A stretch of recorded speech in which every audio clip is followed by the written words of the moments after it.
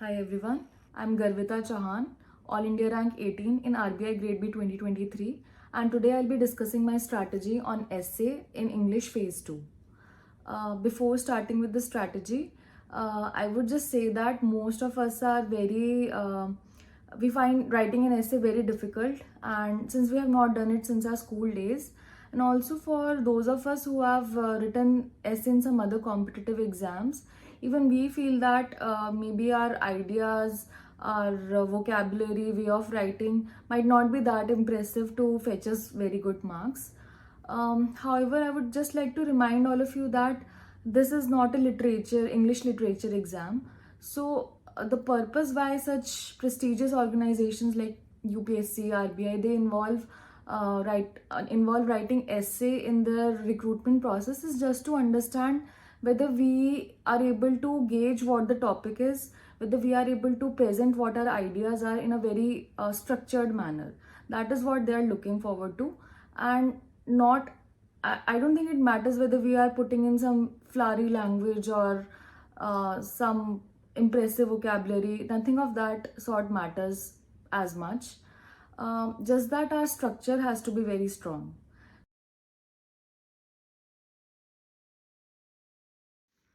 So, like any other exam strategy that we have discussed so far, here also we'll first start with the previous year questions. We need to analyze the essays that have come in the last 5 years at least, and we can then categorize them into broader themes. For example, social issues as a theme, then technology as a theme, economy as a theme, and what else? Management as a theme. For example, last year there was one essay which was something like innovative motivation techniques. So that I would categorize in the management theme. I think a year before that there was an essay on leadership. So that would also come in the management related essays.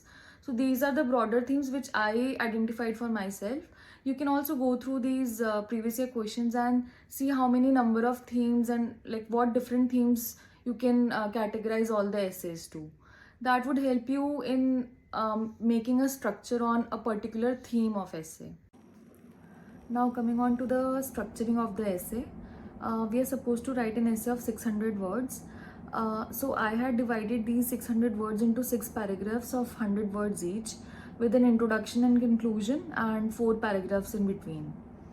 Now the most important thing in the structuring of an essay is that all the paragraphs should be directly linking to the topic of the essay. Sometimes we drift off too much because of the lack of ideas, or we are in our flow of writing that the individual paragraph doesn't seem to be directly related to what the essay topic is. So we must avoid that.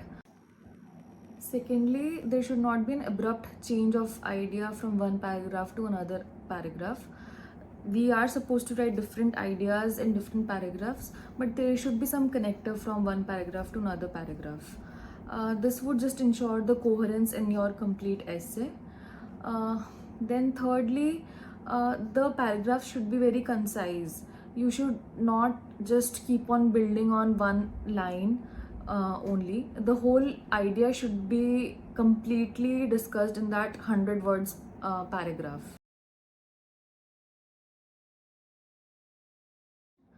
I think there are a number of ways to introduce an essay.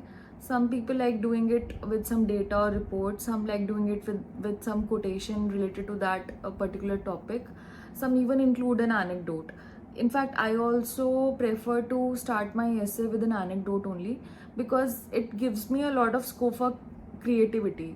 For example, if there is an essay to be written on something as simple as financial literacy, um, you can start with a very simple anecdote that let's say Priya, a young ambitious woman, just landed her first job and she's very excited about her future.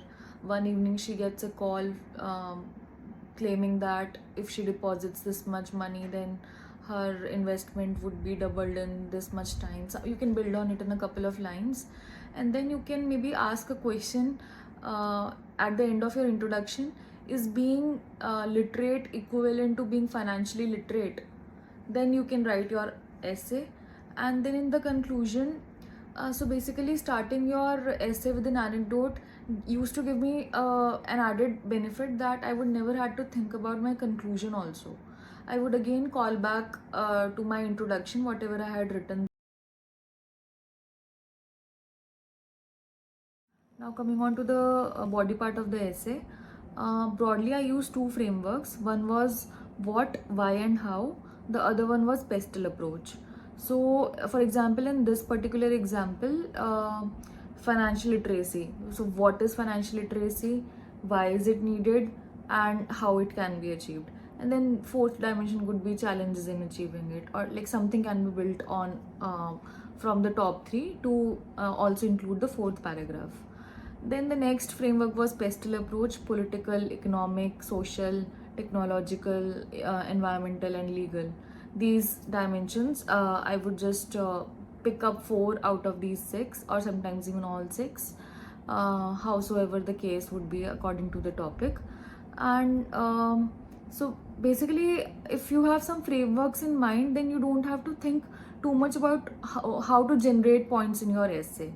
So it is, I would say, most important to practice a couple of essays and try to include these frameworks in writing your essay.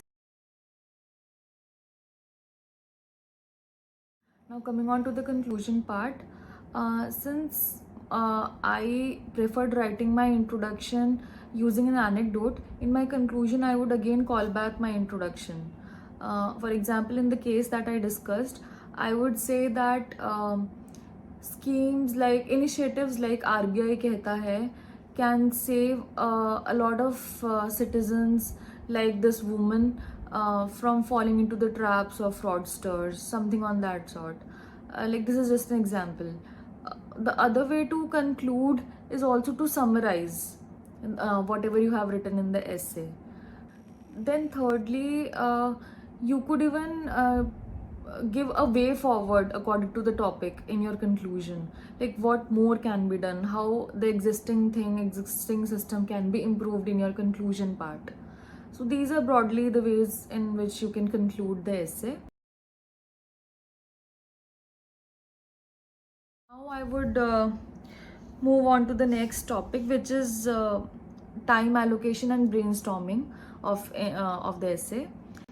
So I think we get 90 minutes for finishing the essay paper, English paper, and broadly I would give some 20 to 25 minutes on Prezi, around again 25 to 30 minutes on reading comprehension, and rest of the time was dedicated to essay.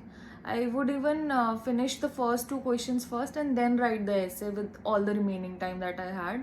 So I think I roughly got some 35 to 40 minutes for my essay.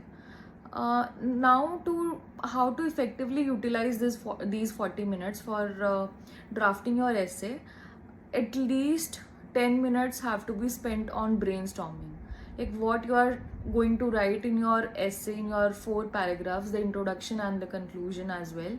You need to first jot it down on the piece of paper. They provide you a piece of paper.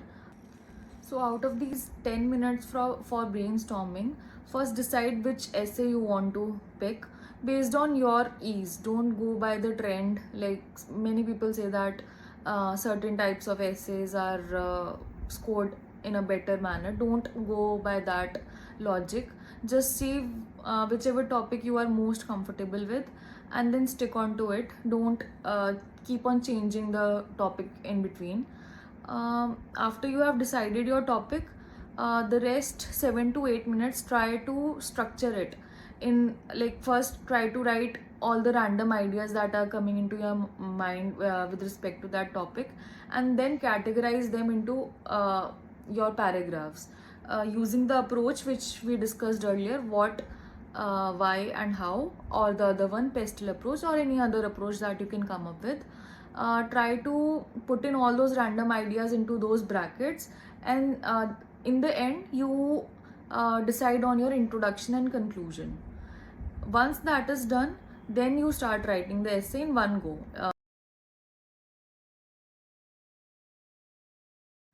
Now certain tips and tricks from my side.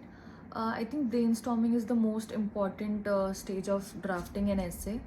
You need to train your mind to be able to brainstorm all the ideas that you have and to categorize them into your 4 paragraphs of the body along with the introduction and conclusion in just 7 to 8 minutes. So that would require a lot of practice.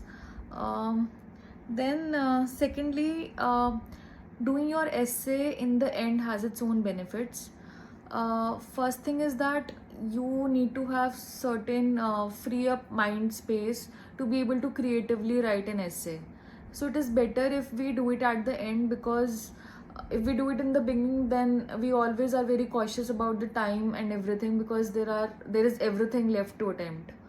And secondly, certain reading comprehensions and even the precis passage that there is also sometimes give us some idea about what we can write in the essay also. Like we can take certain data point idea from those 2 paragraphs as well. Then yeah, so data and reports, so many people tell that a lot of data and reports can be included in the essay, but I personally never like doing that. I mean, I would surely mention one data, one report or something of that sort, but I feel that particularly in essay, it is an exam to test your writing skill, and if a lot of weightage had to be given to data report, then the same question could have been asked in ESI or some other exam. Then giving a number of mocks is a good idea, just to get a hang of it, to be able to generate ideas in those 7 to 8 minutes of brainstorming. Then also stick on to your natural way of writing. Don't change that way too much. There are a number of videos that I also used to see during my time on how to approach an argumentative essay, how to approach this type of essay, that type of essay. Don't go too much into that. Just most of it is based on common sense only. If it's an argumentative essay, then surely you are supposed to tell your opinion and pick a side in the end, like give pros and cons of each of the sides and then pick a side in the end. So that is more of a common sense thing. Don't go into how to approach this type of essay. Don't strategize way too much. Yeah, then again, it is not an exam of English literature. Just remember that whatever you will write will be of good quality only. Whosoever is reaching the phase 2 stage is well read. So you just need to be more confident and just try to structure it in a better manner. And lastly, try to make certain introductions and conclusions for your essay themes. Don't try to prepare introductions and conclusions for specific essays, but try to collect some material for even for body, for those broader themes that we identified. So yeah, that would be all from my side on essay strategy. And if there are any more questions, queries on the same, feel free to comment below. Thank you.